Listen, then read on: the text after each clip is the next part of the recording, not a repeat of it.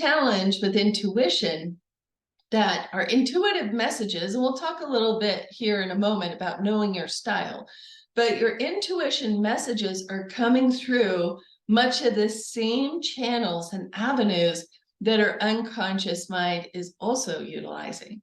So this is one way why intuition messages may get garbled. One is stress and busy mind. That'll certainly garble those messages. But also so much of our information that is coming through comes through these same channels. So our intuition could come through our emotional channel. And our emotional channel can also be relating information from our unconscious mind. It can also come through our connections to people around us. That can come through our generational history, or generational tendencies can also be in the same channels that intuition is trying to speak to us through. Our culture, our programming, whatever our unconscious mind is running can also kind of garble those intuition messages as well. So just keep that in mind as a reference. And often the deeper messages that we want to pay attention to, I call them like soul messages, come through kind of underneath the level of the unconscious mind. So if you think about the iceberg sitting in the water, our soul level kind of comes from the water that holds the iceberg, if that makes sense. It's kind of a metaphor of how it works together. So, okay, so now moving into knowing your style. So one, you might have heard of some different, well, there's some different terms for intuition, but there's some different ways that you might be more clear with recognizing how intuition comes through for you. So this quick exercise, I'm just going to give you a moment here. You can do this with your eyes open, your eyes closed, whichever's most comfortable. But in your mind, think of a tree. As you think of the tree, notice what comes up for you. Any information can be useful.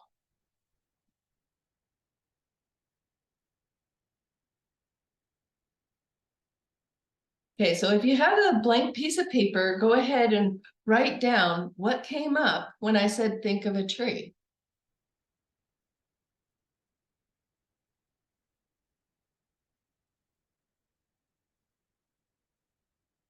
Now, in thinking of a tree, this is kind of one way to recognize your intuition style. Think of our five senses. What we see, what we hear, what we touch, but also what we smell and what we taste. These are all intuition styles. Some of us might have a preference or a primary style that's easier for information to come through. And so that's typically what shows up when we do that exercise, think of a tree. So the first thing that came to mind when I said think of a tree, just kind of raise your hand there if you got a visual. Did you get a visual picture? Okay, we have two. What about just the concept? Some people are just thinking about the concept. Oh, and Janae, visual. Anybody get like the concept, or they think of the word tree? Okay. How many of you might have gotten texture when think of a tree and you're imagining the bark of it? Okay, Tina, so that would be that kinesthetic, and Kamal, that kinesthetic. That's more what our body can sense. And then there's also another one. So there's taste. Anybody taste a tree?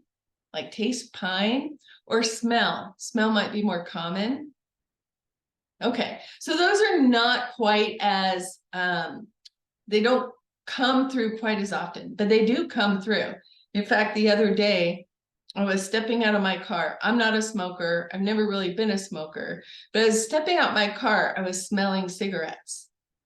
I'm like, oh, it could be. So, and here's kind of like how the message may not be clear. It could be my ex, because he was definitely a smoker, and my ex thinking about me. It could be one of my friends. She's in the process of trying to quit. Actually, it could have been you, Kamal. Distance has no bearing on intuition. The people that we connect with or that think about us, we're kind of creating that energy line with them. It could also be clients that are thinking about coming in for quit smoking. And I've had that experience come up before.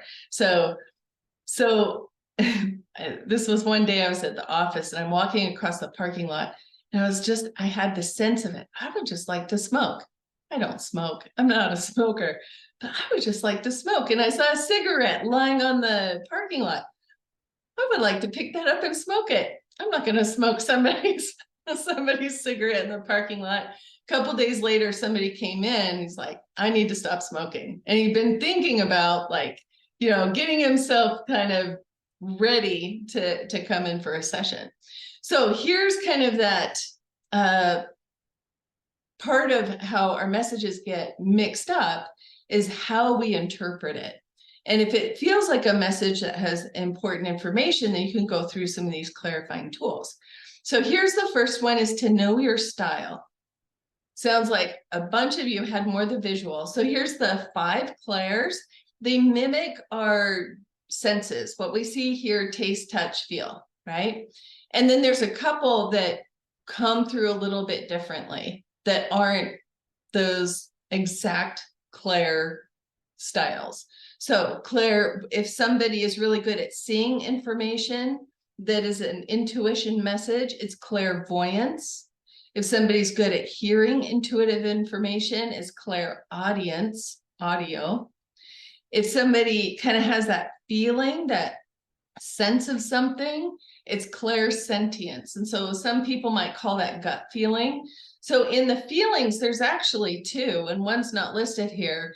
I would call it clair emotion. It's like the emotion of it is part of the feeling, but also our physical body can feel something like that gut response or a gut tension when we think about something. And then there's claircognizance, which is more like the inner knowing.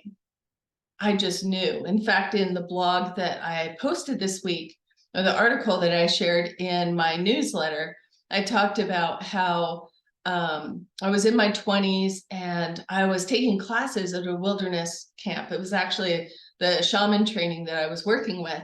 And I was really excited about these classes. I had done about a dozen of them, and I just really knew that I wanted to go and stay at this camp for the summer. And they did have a position that they would do that.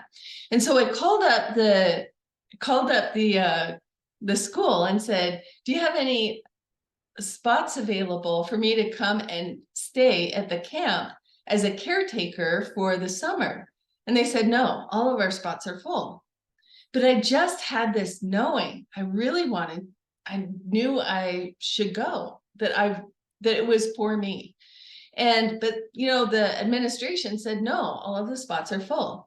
So there was a class that was in May and I could volunteer for the class. So I decided to go volunteer for that class, and I would just pack for 3 months.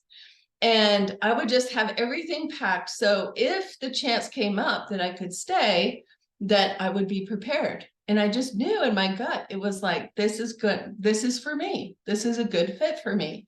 So the time came up, I packed up, went to the class, and I asked again, hey, are there any spots available as caretaker? They told me to talk to the volunteer that was in charge of the caretakers. And that would mean, cleaning up after the classes and making sure things were tidied up and put away. And so I asked him, hey, is there an opportunity to stay? And he's like, yeah, actually, it's really good timing. We had 5 people and it was pretty full down here, but they're all leaving. And so just like a couple days ago, they had told him that they were all going to leave. So that would mean that I had the spot to stay and hang out for this summer. And so I did. And I was all packed and had my gear with me. So sometimes it doesn't come through. It can come through as a feeling or even a sense of something, but it can also come through our emotional system as well. So those are the 5 clairs. Think of these as your spiritual senses that are also coming through as your physical senses. And even though one may be primary for you, the other avenues can also be developed the more that you're paying attention to it. So kind of that awareness piece is a key factor. Like, what are we aware of? What are we paying attention to? And so this couple weeks, the next class in the series on December 14th, in a couple weeks, and I'll mention that at the end, but over this next couple weeks, create a journal. And in this journal, record your intuition stories. Record when intuition came through for you and how it came through. And the more you start, chances are you're going to notice your stronger stories first. But as you're paying attention and noticing them and recording them in a journal, keep an intuition journal, the more it's telling your mind to pay attention to this information. And in each of your stories, it might come through in a different way. So I've had times that it came through as kind of a gut feeling, or the claircognizance, just that inner knowing, like going to the school for the summer. But I've also had it come through in mental pictures, or I've had it come through even a couple of times in little interesting and quite clear words. Not normal for me, actually. The different levels of that we can pay attention to. But the more that you're paying attention to it, because sometimes we're just used to being in busy mind and not paying attention. And so our intuition messages might be passing us by. So keep a journal, and you can actually put in your intuition journal your dreams, and we'll go into, in the bigger series, we'll go into dream interpretation and how to recognize the meanings and messages coming through your dreams. And that's often when our intuition messages aren't coming through at a conscious level, they'll show up in our dreams. And sometimes our information coming through our dreams is also from our unconscious mind as well. So how do we recognize those like layers of the mind and how things are coming through? So paying attention to which methods are showing up for you.